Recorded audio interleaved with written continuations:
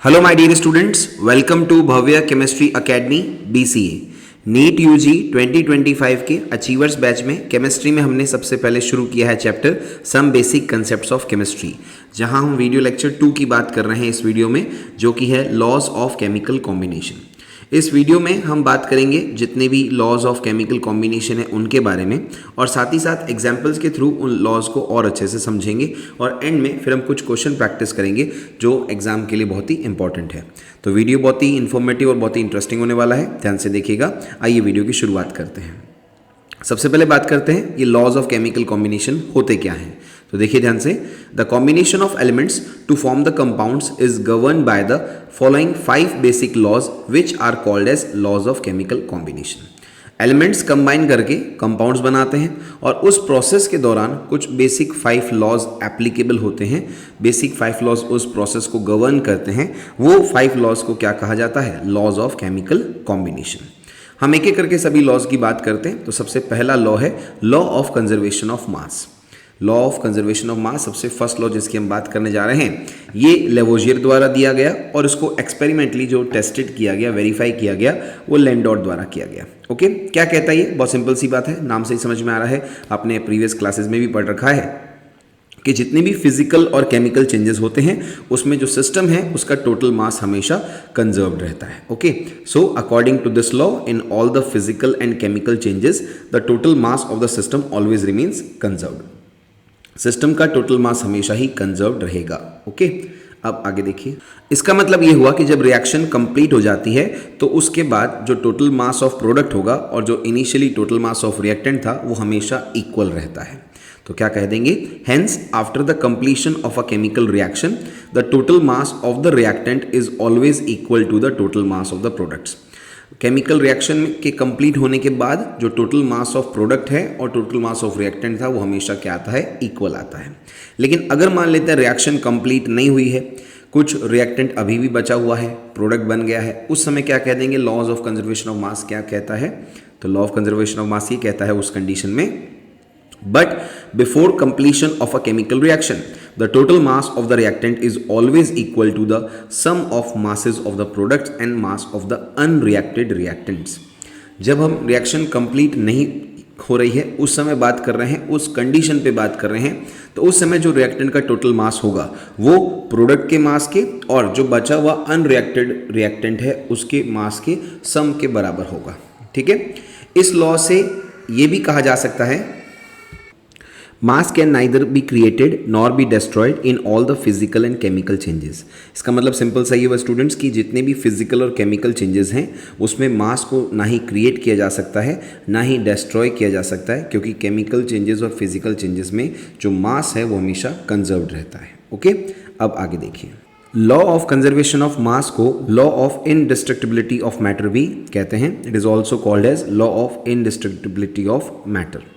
जो भी balanced chemical reaction होती है उसको वेरीफाई करने के लिए लॉ ऑफ कंजर्वेशन ऑफ मास का यूज़ किया जाता है। मतलब अगर कोई बैलेंस केमिकल इक्वेशन है तो उस पर law of conservation of mass applicable है, और अगर किसी केमिकल रिएक्शन पर, केमिकल इक्वेशन पर law of conservation of mass applicable नहीं हो रहा है, इसका मतलब वो बैलेंस्ड केमिकल इक्वेशन नहीं है। So a balanced chemical equation is verified by the law of conservation of mass. ठीक है, next, this law is not applicable for nuclear reaction. ये लॉ न्यूक्लियर रिएक्शन के लिए एप्लीकेबल नहीं है, क्योंकि वहाँ पे मास का डिसइंटीग्रेशन होता है, मास में डिक्रीज देखने को मिलता है, वहाँ पे मास कंजर्व्ड नहीं रहता है। अब हम एक एग्जाम्पल देखते हैं, सिंपल एग्जाम्पल जो आप इजीली जानते हैं, उसके बारे में पहले से ही पढ़ रखा है। Formation of ammonia from nitrogen and hydrogen. Reaction क्या होती है? N2 gas plus 3H2 gas gives 2NH3 gas. This is a balanced chemical equation. और यहाँ पे आप देख सकते हैं रिएक्टेंट कौन है? नाइट्रोजन और हाइड्रोजन, जिनके मासेस हैं 28 gram and 6 gram. Nitrogen N2 का मास है 28 ग्राम, H2 का 3 मोल्स का मास है 6 ग्राम, तो टोटल रिएक्टेंट का मास आ जाएगा 28 plus 6 that is 34 gram. Product में हमारे पास अमोनिया है जिसके 2 मोल्स हैं, तो 2 × 17 gram that comes out to be mass of product is equal to 34 gram. तो जैसा कि हम देख सकते हैं रिएक्टेंट का मास प्रोडक्ट के मास के इक्वल है, mR is equal to mP, hence the change in mass is 0 that is delta m is 0, that means that m is conserved. तो जब भी किसी केमिकल रिएक्शन में mass of reactant mass of product के equal आएगा, जो कि always हर chemical reaction में होता है, वहाँ मास में चेंज जीरो होगा, मास हमेशा कंजर्व रहेगा। इसी को ही law of conservation of mass कहते हैं। ओके, अब आगे देखिए। सेकेंड हम बात करते हैं लॉ ऑफ कांस्टेंट और डेफिनेट प्रोपोर्शन। ये लॉ जो है वो जोसेफ प्राउस द्वारा दिया गया, जो कि किसी कंपाउंड के बारे में है। क्या कहता है जरा उसको समझते हैं। Law of constant or definite proportion was given by Joseph Proust. According to this law, chemical composition of a compound remains constant whether it is obtained by any method or any source. किसी भी compound के अंदर जो chemical composition होता है, elements का जो constitution होता है, वो हमेशा कांस्टेंट रहता है, फिक्स रहता है, चाहे उस कंपाउंड को आप किसी भी मेथड से बनाओ, चाहे उस कंपाउंड को किसी भी सोर्स से ऑब्टेन करो। Okay, so chemical composition of A compound always remains fixed, always remains constant whether it is obtained by any method और एनी सोर्स। ठीक है, हम ये भी कह सकते हैं कि जो केमिकल कंपाउंड है उसके अंदर हमेशा सेम एलिमेंट्स एक परफेक्ट रेशियो के अंदर, एक सेम रेशियो और प्रोपोर्शन के अंदर बाय मास कंबाइन करेंगे, और वो रेशियो डिपेंड नहीं करता कि आपने कंपाउंड को कौन से मेथड से बनाया है या कौन से सोर्स से ऑब्टेन किया है। राइट, तो दूसरे शब्दों में क्या कह सकते हैं, hence a chemical compound always contain same elements combined together in same proportion by mass and it does not depend on the method of its preparation or source from which it is obtained. एक chemical compound में हमेशा same elements होते हैं, combine करते हैं, और वो एक डेफिनेट प्रोपोर्शन बाय मास में प्रेजेंट रहते हैं, और वो डिपेंड नहीं करता उनके मेथड ऑफ प्रिपरेशन पे या सोर्स पे जहाँ से आपने उसको ऑब्टेन किया है। अब आगे देखिए, इस लॉ की ड्रॉबैक क्या है। This law is not applicable in the case of isotopes. जहां एलिमेंट्स के आइसोटोप्स का जिक्र होगा, आइसोटोप्स की बात की जाएगी, वहां पे ये लॉ एप्लीकेबल नहीं होता। अब हम एग्जांपल से समझते हैं। In water, hydrogen and oxygen combine in ratio 1:8 mass ratio and the ratio remains constant whether it is tap water, river water और सी वाटर और produce by any chemical reaction. Water जो है हमारे पास H2O, जिसमें hydrogen और oxygen elements present हैं, जिनके मास का रेशियो 1:8 है। राइट, 2:16 है, सिंपल रेशियो 1:8 आ गया।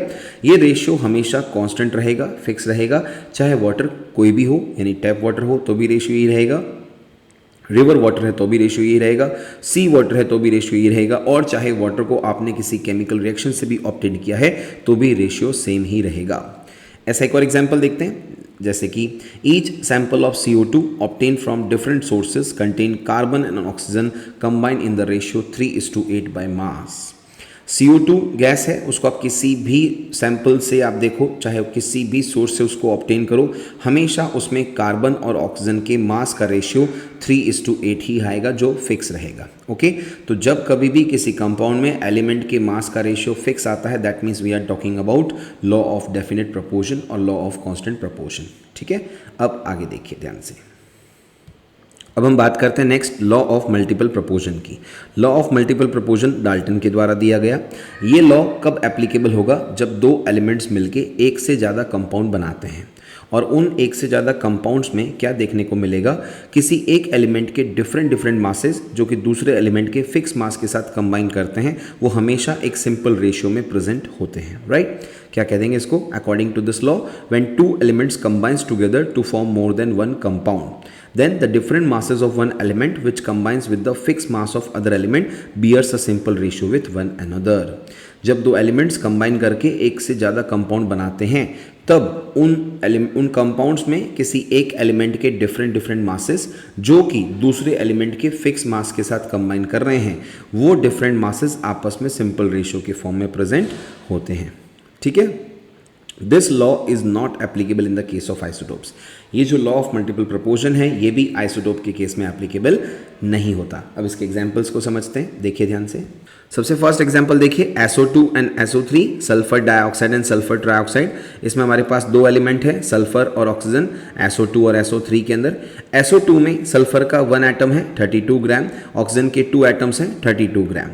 SO3 के अंदर सल्फर का 1 एटम है 32 ग्राम और ऑक्सीजन के 3 एटम्स हैं 48 ग्राम। तो जैसे कि आप देख सकते हैं, different masses of one element, जो कि ऑक्सीजन है, जिसके दो डिफरेंट मासेस कंबाइन कर रहे हैं दो कंपाउंड्स में 32 and 48, which combines with fix mass of other element. जो अदर एलिमेंट है वो है सल्फर, और जो फिक्स मास है वो हमारे पास है 32। तो ये जो डिफरेंट मासेस हैं ऑक्सीजन के, ये आपस में सिंपल रेशियो के फॉर्म में प्रेजेंट होंगे। 32:48 कितना होगा, 2:3, जो एक सिंपल रेशियो रखता है। इसी तरह से हम एग्जांपल देखें, carbon monoxide and carbon dioxide, CO and CO2। CO में क्या है, कार्बन का 1 एटम है 12 ग्राम और ऑक्सीजन का भी 1 एटम है 16 ग्राम, जबकि CO2 में कार्बन का 1 एटम है 12 ग्राम और ऑक्सीजन के 2 एटम्स है 32 ग्राम। तो हम कह सकते हैं 16:32 जो ऑक्सीजन के डिफरेंट मासेस हैं वो हमेशा सिंपल रेशियो में होंगे इन दोनों कंपाउंड्स के अंदर, जो कि कार्बन के फिक्स ग्राम 12 ग्राम के साथ रिएक्शन कर रहे हैं। तो ये जो 16:32 है ऑक्सीजन का मास का रेशियो वो फिक्स है, ये 2:2 नहीं होगा स्टूडेंट्स, इसको हम थोड़ा सा करेक्ट कर लेते हैं, जस्ट अ मिनट। तो स्टूडेंट्स इसको आप कैसे रीड करेंगे, 1:2 सिंपल रेशियो है, 16:32 that comes out to be 1:2। Okay, अब आगे देखिए। अब हम नेक्स्ट बात करें ऑक्साइड्स ऑफ नाइट्रोजन की। तो नाइट्रोजन और ऑक्सीजन जब कंबाइन करते हैं तो डिफरेंट टाइप के ऑक्साइड्स फॉर्म होते हैं, जिसमें नाइट्रोजन का फिक्स मास ऑक्सीजन के डिफरेंट मासेस के साथ रिएक्शन करता है और वो डिफरेंट मासेस आपस में सिंपल रेशियो के फॉर्म में प्रेजेंट होते हैं। ठीक है, अब हम एग्जाम्पल देखते हैं, ध्यान से देखिए। तो देखिए ध्यान से, नाइट्रोजन और ऑक्सीजन कंबाइन करते हैं तो N2O बनता है, N2O2 जिसे हम NO कहते हैं वो भी बनता है, N2O3 नाइट्रोजन डाइनाइट्रोजन ट्राइऑक्साइड बनता है, N2O4 डाइनाइट्रोजन टेट्राऑक्साइड बनता है, N2O5 डाइनाइट्रोजन पेंटाऑक्साइड बनता है। इन सभी में नाइट्रोजन के 2 एटम्स कंबाइन कर रहे हैं, 28 ग्राम 28 ग्राम 28 ग्राम 28 ग्राम एंड 28 ग्राम। ऑक्सीजन के different atoms different masses react कर रहे हैं। तो जब हम बात करें N2O की तो उसमें नाइट्रोजन के 28 ग्राम ऑक्सीजन के 16 ग्राम के साथ रिएक्शन कर रहे हैं। जब हम बात करें N2O2 की तो उसमें नाइट्रोजन के 28 ग्राम ऑक्सीजन के 32 ग्राम से रिएक्शन कर रहे हैं। जब हम बात करें N2O3 की तो उसमें नाइट्रोजन के 28 ग्राम ऑक्सीजन के 48 ग्राम से रिएक्शन कर रहे हैं। N2O4 की बात करें उसमें नाइट्रोजन के 28 ग्राम ऑक्सीजन के 64 ग्राम के साथ रिएक्शन कर रहे हैं और N2O5 में नाइट्रोजन के 28 ग्राम ऑक्सीजन के 80 ग्राम के साथ रिएक्शन कर रहे हैं। जैसा कि आप देख पा रहे हैं, जो फिक्स एलिमेंट है वो है नाइट्रोजन जिसका मास फिक्स है, इसके साथ जो कंबाइन कर रहा है वो है ऑक्सीजन के डिफरेंट मासेस। ये डिफरेंट मासेस हमेशा सिंपल रेशियो में होंगे इन नाइट्रोजन के ऑक्साइड्स में। तो हम देख सकते हैं 16:32:48:64:80 that comes out to be 1:2:3:4:5, जो कि एक हमेशा सिंपल रेशियो के फॉर्म में आता है। ठीक है, अब आगे देखिए। अब हम बात करते हैं नेक्स्ट 4th लॉ की, जो कि है law of gaseous volume. Law of gaseous volume Gay-Lussac के द्वारा दिया गया। क्या कहता है ये लॉ कि जब गैसेस कंबाइन करती हैं या किसी केमिकल रिएक्शन में प्रोड्यूस होती हैं तो हमेशा सिंपल रेशियो ऑफ वॉल्यूम के फॉर्म में होगी, जिसमें कंडीशन ये होनी चाहिए कि जो सभी गैसेस हैं वो सेम टेम्परेचर और सेम प्रेशर पे प्रेजेंट हों। तो क्या कहना चाह रहे हैं, देखिए ध्यान से, law of gaseous volume was given by Gay Lussac. According to this law, when gases combine or are produced in a chemical reaction, they do so in a simple ratio by volume, provided that all the gases are at same temperature and pressure. जब gases combine करती हैं या chemical reaction में produce होती हैं तो वो एक सिंपल रेशियो ऑफ वॉल्यूम के फॉर्म में होता है और इस दौरान सभी गैसेस का टेम्परेचर और प्रेशर सेम रहता है। हम एग्जाम्पल लेते हैं, formation of hydrogen chloride gas from hydrogen and chlorine कैसे होगा। तो देखिए उसमें क्या हो रहा है, 1 वॉल्यूम ऑफ हाइड्रोजन कंबाइन करता है 1 वॉल्यूम ऑफ क्लोरीन के साथ, तो वहाँ से 2 वॉल्यूम ऑफ हाइड्रोजन क्लोराइड बनता है। So 1 volume of hydrogen combines with 1 volume of chlorine to produce 2 volumes of hydrogen chloride। ठीक है, अब कैसे होता है तो देखिए जरा ध्यान से। तो क्या हो गई reaction, H2 gas plus Cl2 gas gives 2 HCl gas at constant temperature and constant pressure, जिसमें हम कह रहे हैं 1 volume of hydrogen gas reacts with 1 volume of chlorine gas to give 2 volume of hydrogen chloride gas. और इन सभी का जो वॉल्यूम का रेशियो वो हमेशा एक सिंपल रेशियो के फॉर्म में आएगा। So here comes the simple ratio 1:1:2। यहाँ पे बात ध्यान रखनी कि ये जो लॉ है वो केवल और केवल गैसियस रिएक्शन के लिए ही एप्लीकेबल होता है। This law is used only for gaseous reaction. ये लॉ केवल गैसियस रिएक्शन के लिए यूज होगा जहाँ पे रिएक्टेंट्स एंड प्रोडक्ट्स गैसेस होते हैं। ठीक है, अब हम बात करते हैं 5th लॉ की, जो कि है एवोगैड्रो लॉ, जिसे एवोगैड्रो हाइपोथेसिस भी कहा जाता है। देखिए क्या कहता है, ये क्या कहता है एवोगैड्रो लॉ कि जब टेम्परेचर और प्रेशर की कंडीशन सेम रखी है आपने, तो जितनी भी गैसेस हैं उनके इक्वल वॉल्यूम में, सभी गैसेस के इक्वल वॉल्यूम में same number of molecules, equal number of molecule present होते हैं। So according to this law, equal volume of all the gases under similar conditions of temperature and pressure contains equal number of molecules. Temperature और pressure अगर आपने similar रखा है तो gases के equal volume में equal number of molecule present होते हैं। तो हम क्या कह सकते हैं, hence eight constant temperature and at constant pressure the volume of gas occupied is directly proportional to the number of molecules of gas. Constant temperature पे और कांस्टेंट प्रेशर पे अगर हम बात करें तो गैस के द्वारा जो वॉल्यूम ऑक्यूपाई होता है वो डायरेक्टली प्रोपोर्शनल है number of molecules of gas के।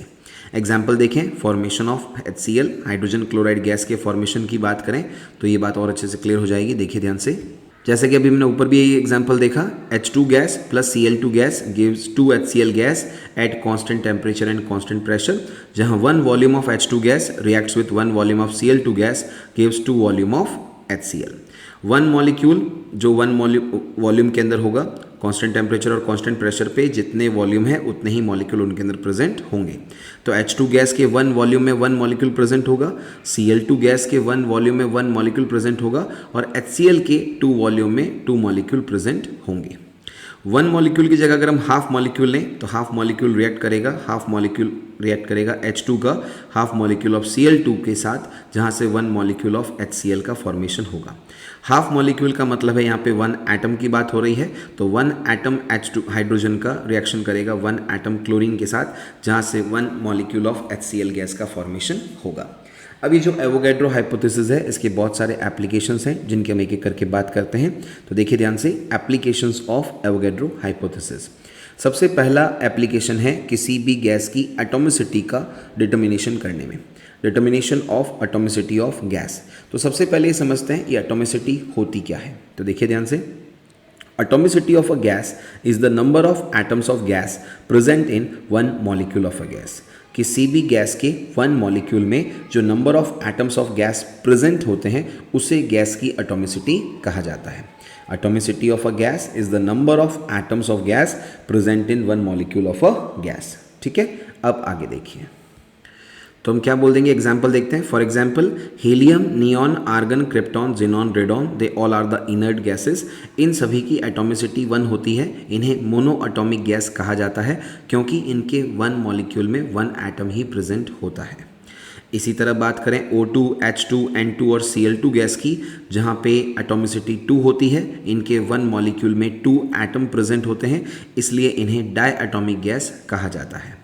इसी तरह बात करें हम एग्जाम्पल 3 के तौर पर O3 गैस और CO2 गैस के बारे में, जिनकी एटॉमिसिटी 3 होती है। इन्हें ट्राई एटॉमिक गैस कहा जाता है।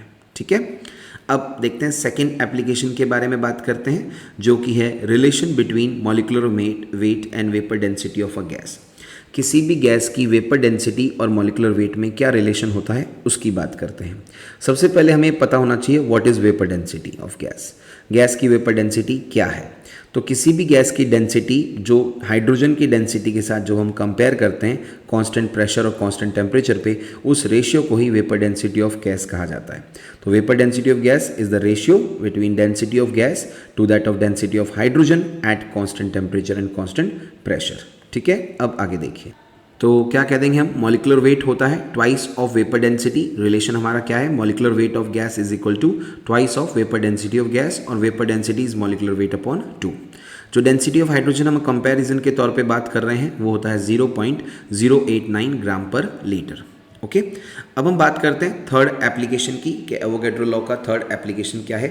थर्ड एप्लीकेशन ये कहता है कि एसटीपी पर, जहां टेम्परेचर 273 केल्विन और प्रेशर 1 एटमॉस्फेयर होता है, उस समय किसी भी गैस का 1 मोल 22.4 लीटर ऑक्यूपाई करता है वॉल्यूम, और इसे मोलर वॉल्यूम ऑफ गैस कहा जाता है। और ये जो मोलर वॉल्यूम ऑफ गैस है, इस कंडीशन पर एसटीपी पर डिपेंड नहीं करता है नेचर ऑफ गैस की, यानी कोई सी भी गैस हो उसके 1 मोल का वॉल्यूम फिक्स है, 22.4 ही आएगा एसटीपी पर। ओके, तो क्या कहना चाह रहे हैं, ध्यान से देखिए, at STP that is at temperature 273 kelvin and pressure 1 atmosphere, 1 mole of gas occupies 22.4 liter volume, which is also called as molar volume of gas, and it do not depends on the nature of gas.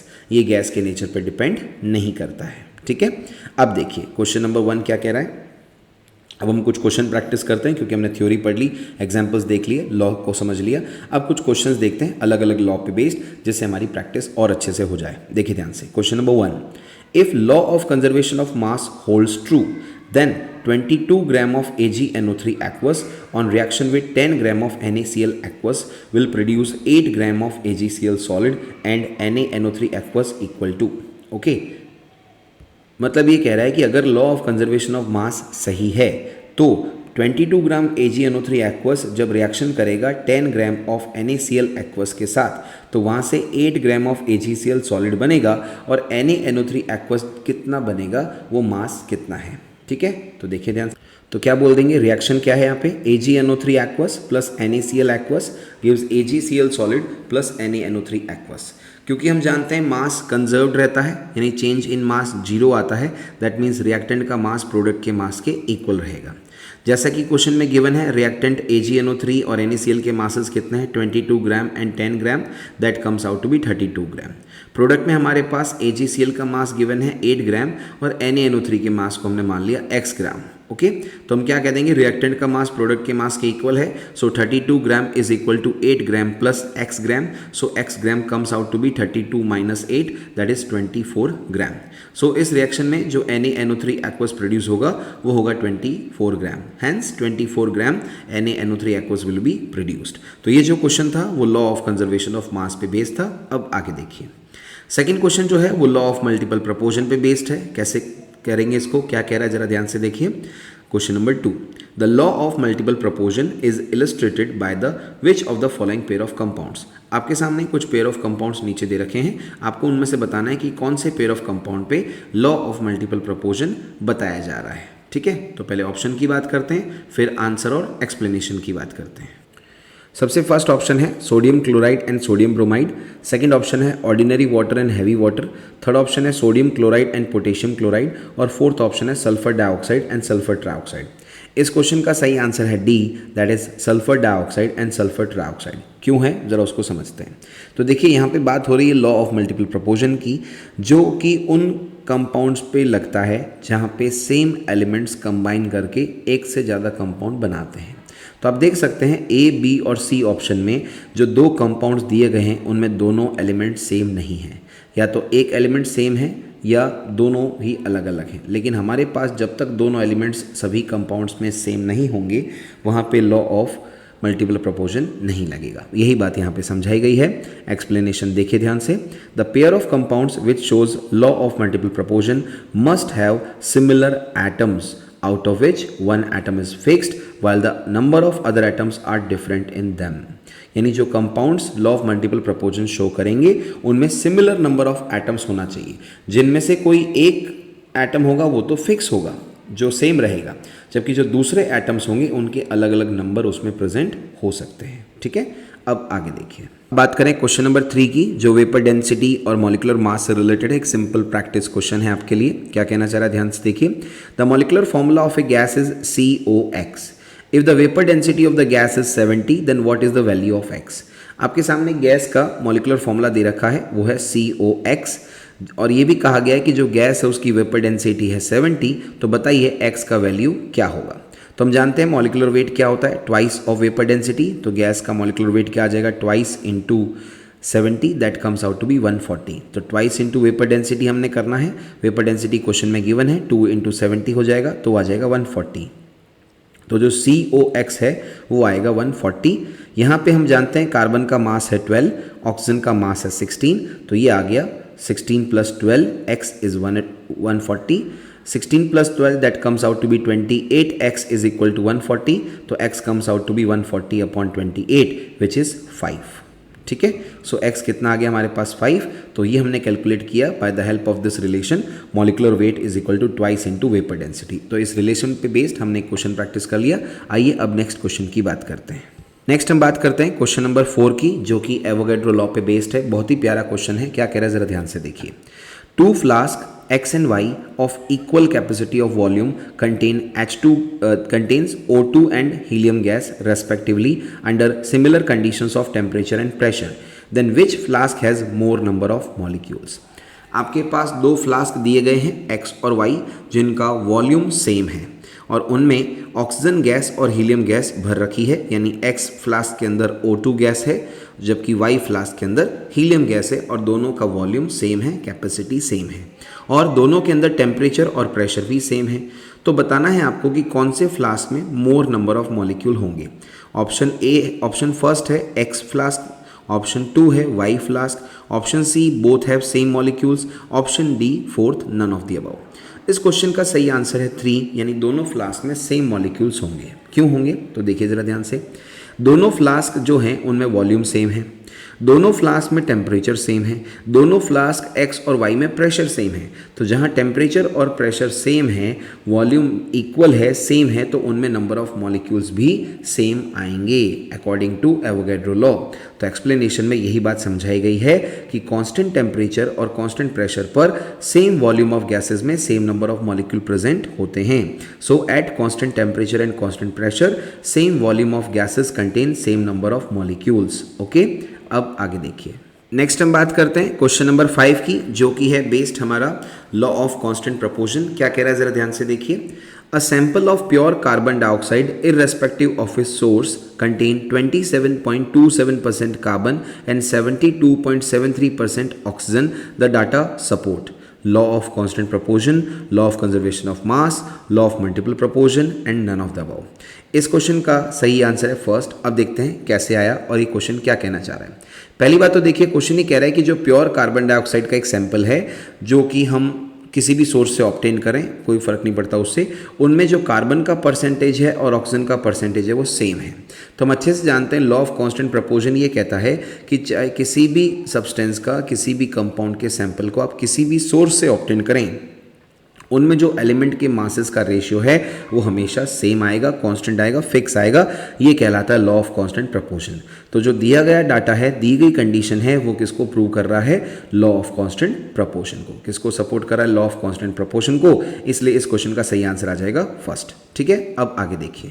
अब हम बात करते हैं question number 6 की, जहां हम गैल-ल्यूसेक law of gases volumes की बात कर रहे हैं। उस एग्जाम्पल बेस्ड है क्वेश्चन है ये। गैल-ल्यूसेक लॉ ऑफ कांस्टेंट वॉल्यूम कैसे अप्लाई करेंगे उसको देखते हैं।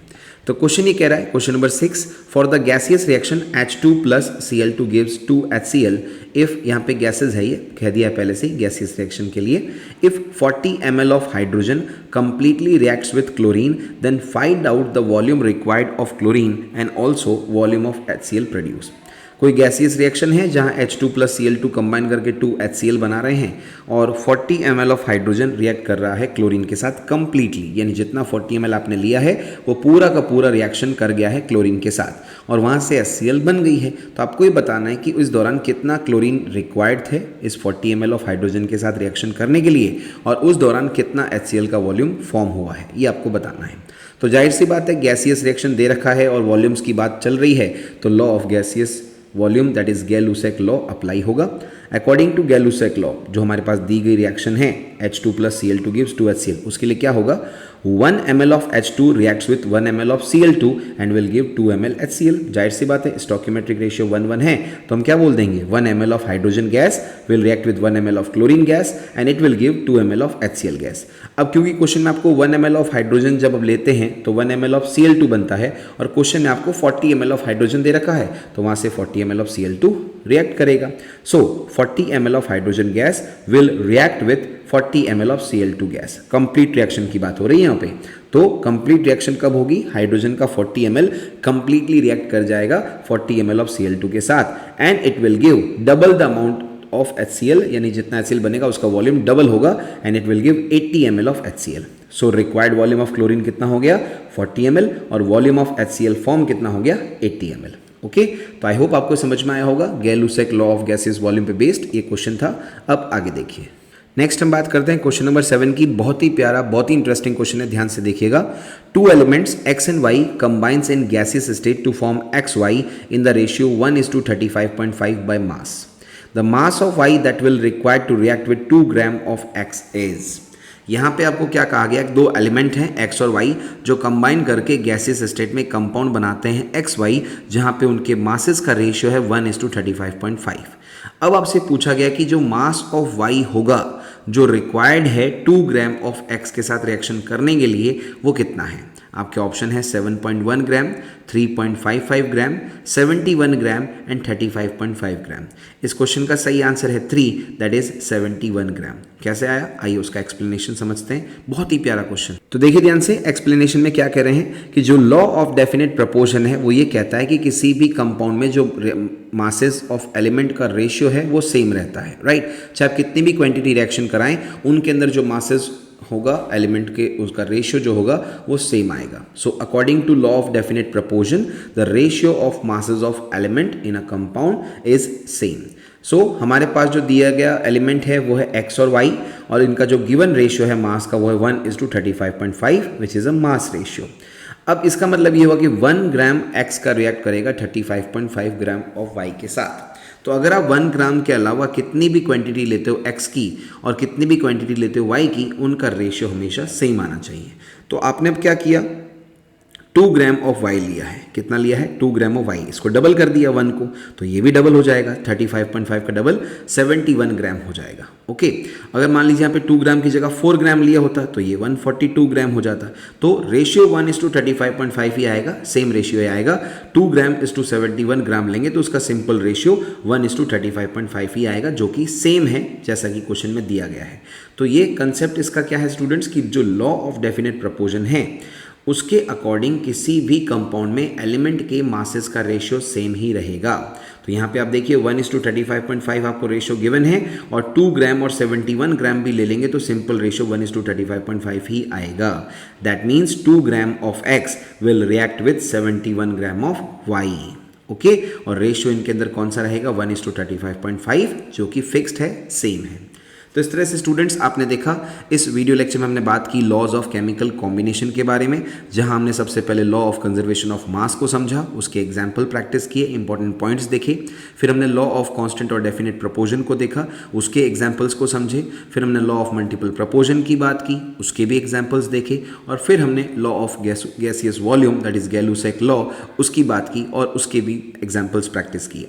फिर हमने उसके बाद बात की एवोगैड्रो लॉ, एवोगैड्रो हाइपोथेसिस की, जहां हमने स्टेटमेंट को समझा, एग्जाम्पल्स को देखा और एवोगैड्रो हाइपोथेसिस के एप्लीकेशंस को भी देखा। और फिर एंड में हमने कुछ क्वेश्चंस प्रैक्टिस किए, जो डिफरेंट लॉज हमने पढ़े हैं उनके ऊपर बेस्ड हमने कुछ क्वेश्चन प्रैक्टिस किए, जैसे क्वेश्चन आपको एग्जाम में फिर से पूछे जा सकते हैं। तो उम्मीद करते हैं जो भी यहाँ पे आपको समझाया वो सब समझ में आया होगा।